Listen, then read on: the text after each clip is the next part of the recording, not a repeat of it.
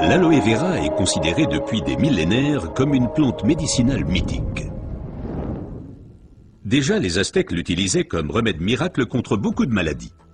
Dans la médecine populaire, elle est connue pour ses propriétés désintoxicantes, purifiantes, dégraissantes et désacidifiantes.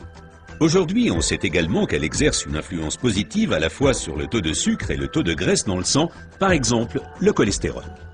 Mais il faut préciser qu'il existe différentes sortes d'aloe vera. La véritable aloe vera, l'aloe barbadensis, est un lys du désert et est cultivée dans les régions sèches, notamment en Amérique centrale et en Amérique du Sud.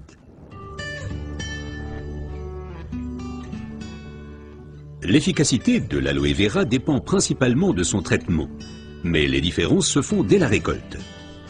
Pour éviter d'abîmer la plante, les feuilles doivent être coupées à la main. Comme la pellicule supérieure de la feuille contient de l'aloïne toxique qui protège la plante contre les animaux et a un effet laxatif pour l'être humain, il faut bien séparer l'enveloppe du gel intérieur.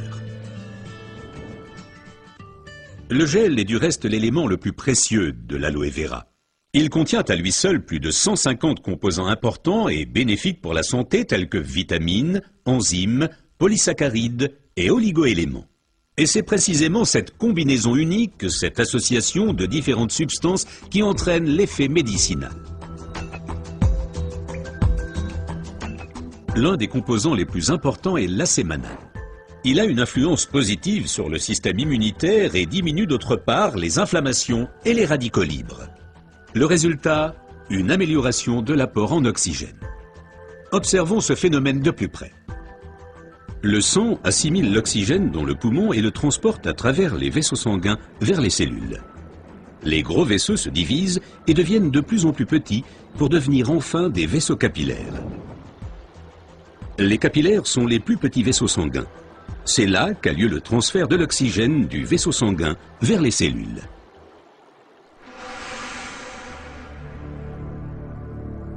Une alimentation malsaine, la pollution de l'environnement, le stress et des exigences élevées affaiblissent notre système immunitaire.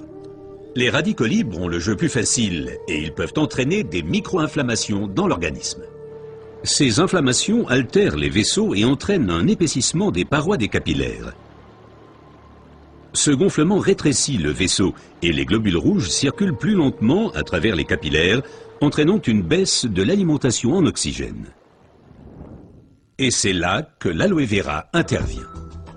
Elle réduit le gonflement des parois des capillaires. Les globules rouges circulent plus rapidement et l'alimentation en oxygène est améliorée. Les toxines et les impuretés sont évacuées plus rapidement.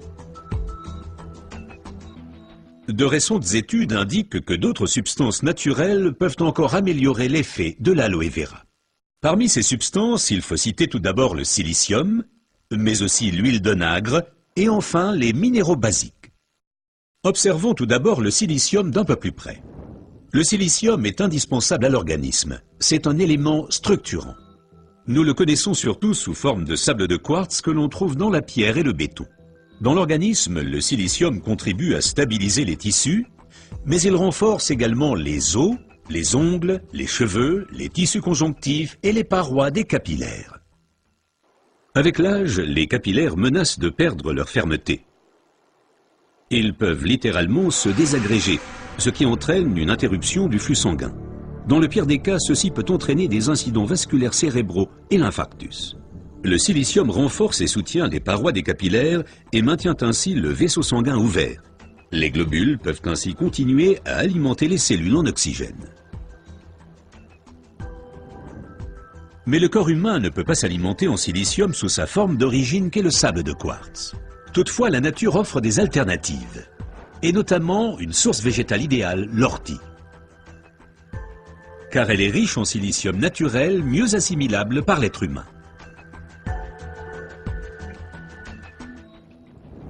Une oxygénation optimale ne dépend pas uniquement des capillaires, mais aussi et surtout de l'état du sang. Le sang ne peut bien circuler dans les vaisseaux capillaires que s'il est suffisamment fluide. Certaines substances peuvent améliorer la fluidité sans huile d'onagre avec ses acides gras insaturés et naturellement les minéraux basiques. Les acides gras insaturés sont des fluidifiants du sang. Ils empêchent les globules de s'agglutiner et donc un épaississement du sang. Les minéraux basiques soutiennent l'élasticité des globules rouges et facilitent ainsi leur passage à travers les capillaires. Ces deux éléments améliorent la fluidité du sang et garantissent ainsi son alimentation optimale en oxygène. Permettez-moi de récapituler. Une oxygénation satisfaisante de nos cellules est une condition importante de notre santé et permet également de prévenir les maladies graves. L'aloe vera et son effet décongestionnant améliorent l'oxygénation. Le silicium renforce les parois des capillaires et garde le vaisseau sanguin ouvert. Cet effet est renforcé par l'huile d'onagre et aussi par les minéraux basiques. Ce que la médecine populaire savait depuis longtemps est maintenant confirmé par la recherche moderne.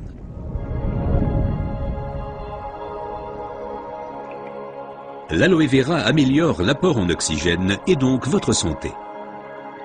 Car l'oxygène signifie la vie. Faites confiance à l'aloe vera.